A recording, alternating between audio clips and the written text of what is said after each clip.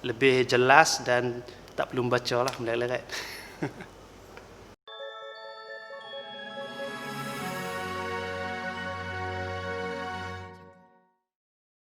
Assalamualaikum, hai.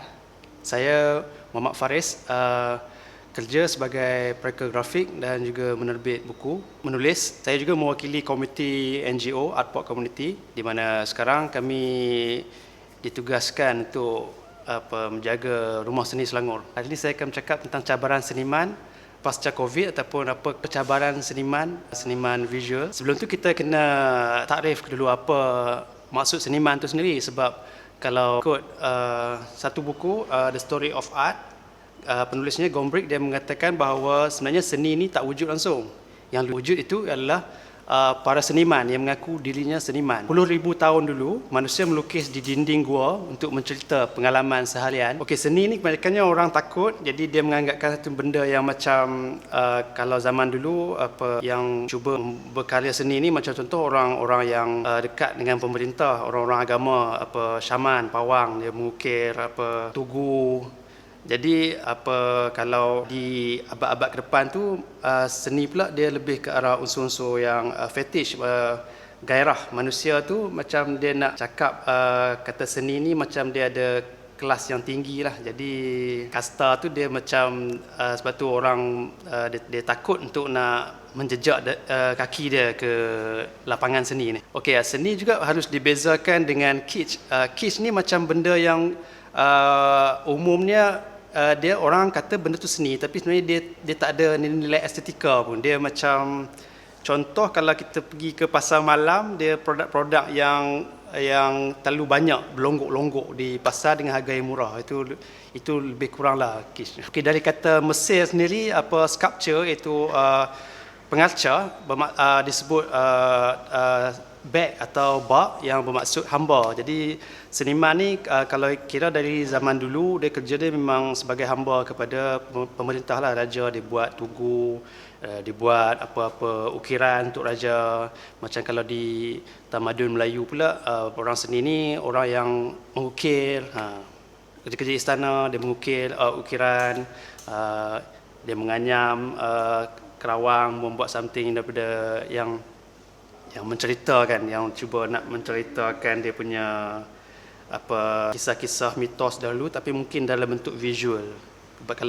Kalau penulis lain, penulis dia mengarang cerita untuk diceritakan dalam bentuk penulisan ataupun lisan, tapi pelukis yang artis seni rupa, seni halus ni kebanyakannya dia memvisualkan cerita supaya orang khalayak tu dia nampak lebih jelas dan tak perlu membaca lah melihat-lihat. Okey, zaman Renaissance ni artis dia sebagai pelukis ni dia dalam akademi, maknanya dia dilahirkan melalui satu institut, melalui apprenticeship, dia apprentice. Maknanya bukan semua orang boleh jadi artis pada zaman tersebut. Dan juga zaman tu pun dia menggunakan sistem pattern, maknanya artis tu melukis hasil daripada didanai oleh gereja.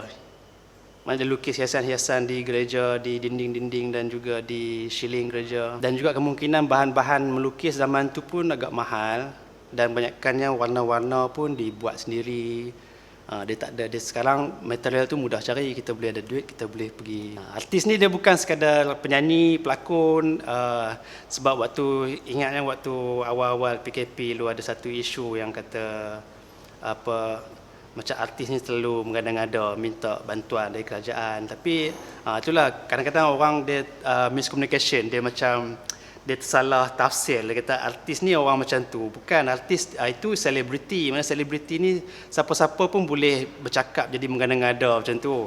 Politikus boleh jadi macam tu, agamawan pun boleh jadi macam tu. Dia bercakap, maknanya dia cuba cari benda-benda yang orang panggil apa?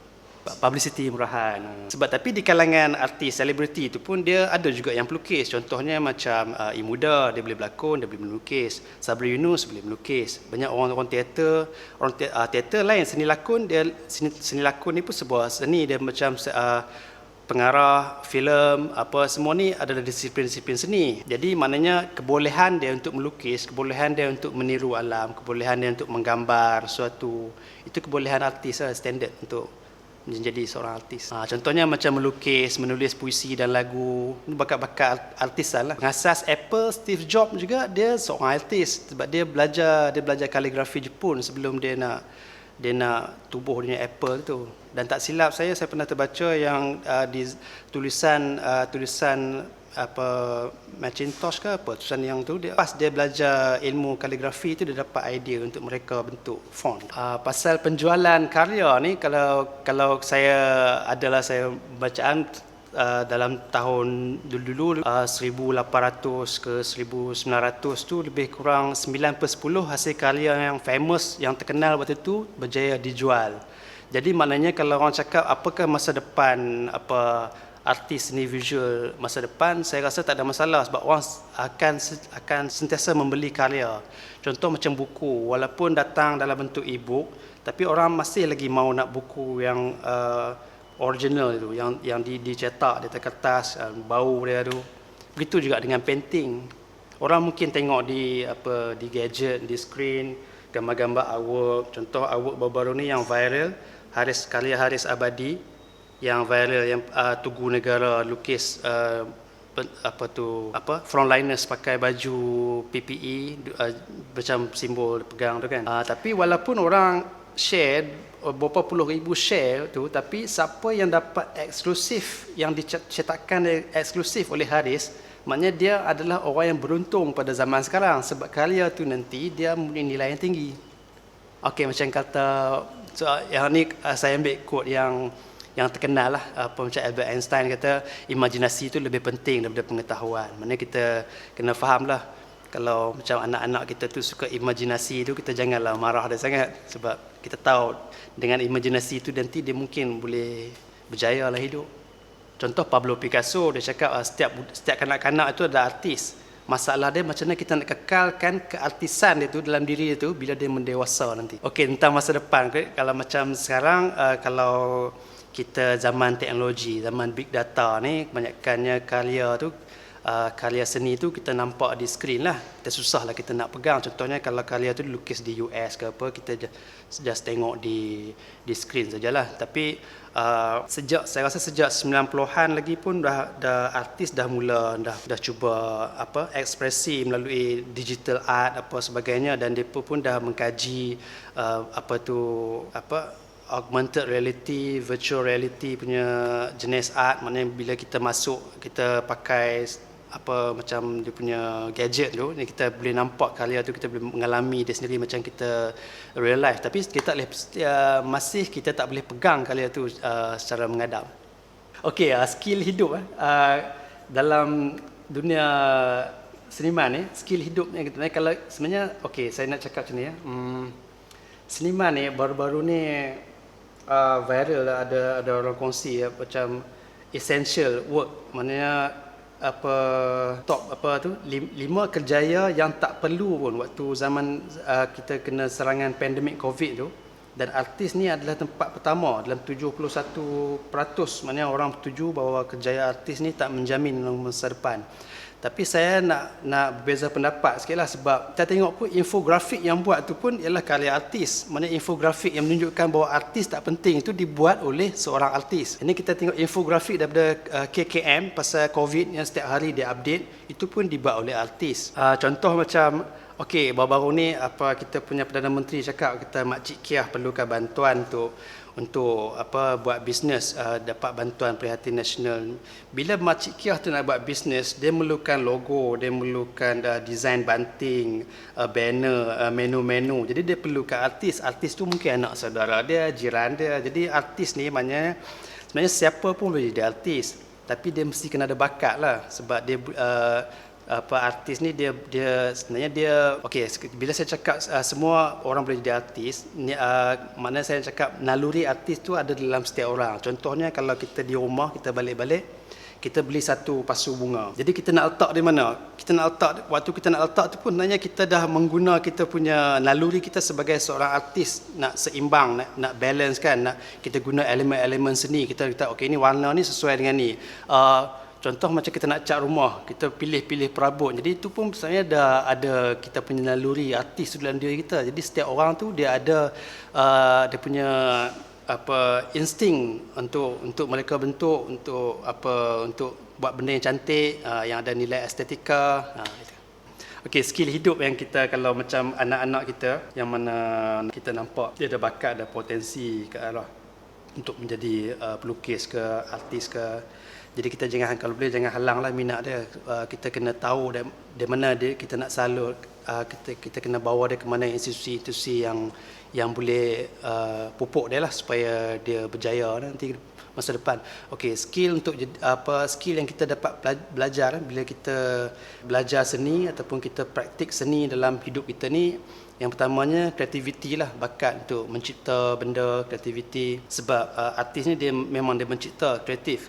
Kita create something, kita cuba mencipta benda yang baru. Contohnya kita buat benda yang inovatif kan, innovate kita daripada benda yang mungkin daripada sampah kita buat cantik, untuk daripada sampah pun boleh dijadikan sebagai satu produk. Contoh kan, bahan-bahan terpakai, bahan-bahan jumpa, yang kita jumpa tengah-tengah jalan pun kita boleh gubah dia sebagai ni. Itu bakat-bakat yang ada dalam diri artis lah.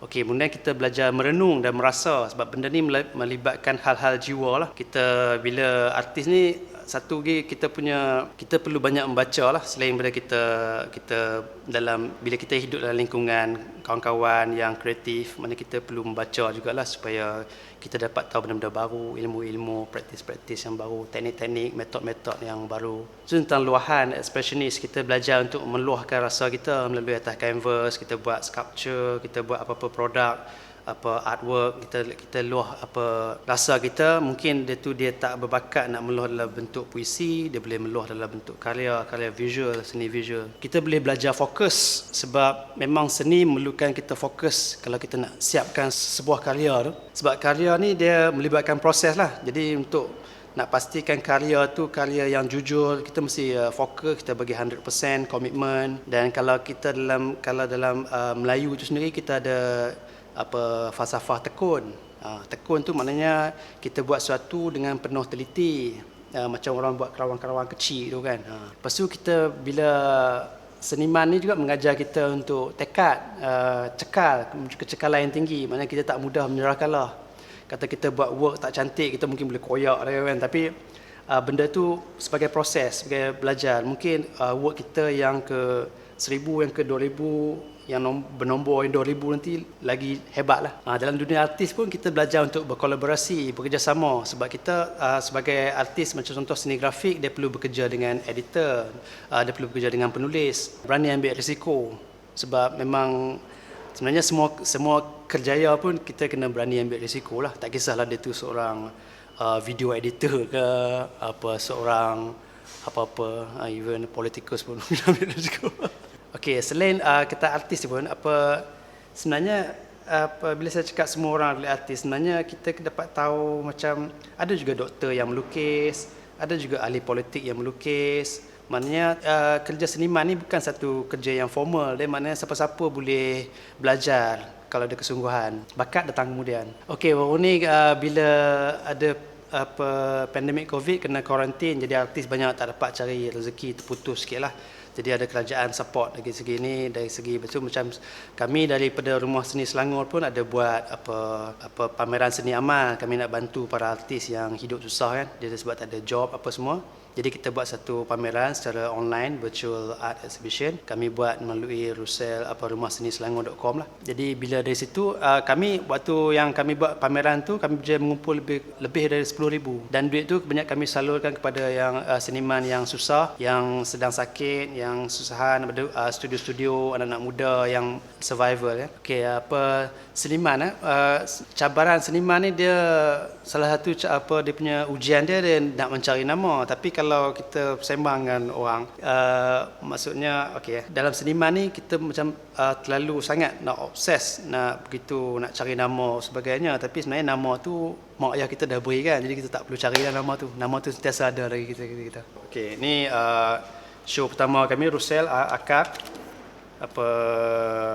tahun 2018, melibatkan 3 artis residensi, artis yang muda lah, Ana Suha, Ahmad Ramli dan juga Alina.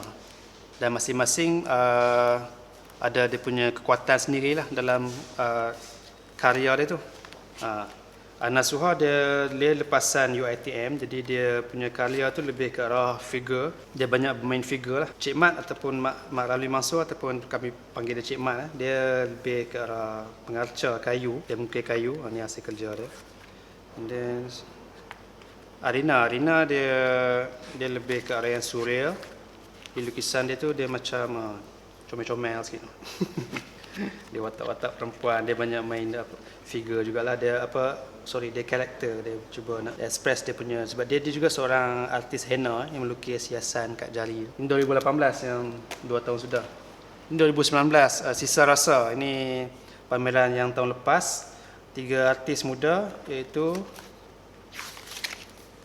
Has, Khairul Ehsan dan juga Fadli Arifin. Has ni dia belajar art di luar negara, tak silap saya. Jadi dia pun banyak work dia tu dia adalah figure, lukis figure. Contoh work dia, figure. Khairul Ehsan, lulusan ITM pun abstract, dia lebih ke arah abstract.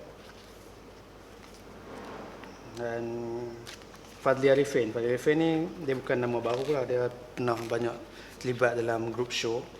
Dia surreal sikit gaya dia. Semua berpotensi tinggi lah. Ni kami punya buletin Genta Keluaran pertama. Dalam ni ada cerita kami punya aktiviti kami lah sepanjang kami kami berkhidmat di Rumah Seni Selangor. Saya salah seorang komiti lah dalam ni. Dia punya pengurus dia Sudi Lapo, penolong pengurus Alina, dibantu oleh Anwar Zahari, Zulkifli, saya dan juga seorang intern, pelajar intern. Okey, Rumah Seni Selangor terletak di Masa College, dekat Masa College. Maknanya kalau lalu di jalan lepas PPUM tu, ada KFC, dia belakang KFC. Kami menyewa di quarters UM dalam tu.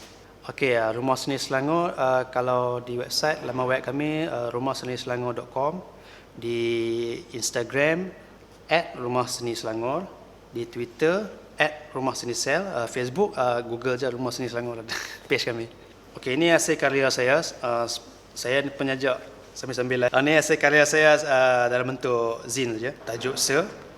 Dia terbit tahun 2019. Design oleh saya, semua oleh saya. Okey, kalau cara personal, saya kerja saya, saya juga pengasas penerbit Kaukab, iaitu sebuah rumah penerbitan kecil-kecilan lah secara independen, mana saya seorang saja yang menguruskan rumah penerbitan tu. Setakat sekarang lebih pada 10 title kami dah terbitkan. Boleh Google buku Kaukab, di Instagram ada buku Kaukab, @buku Kaukab, di Facebook pun ada. Tak ada website lah.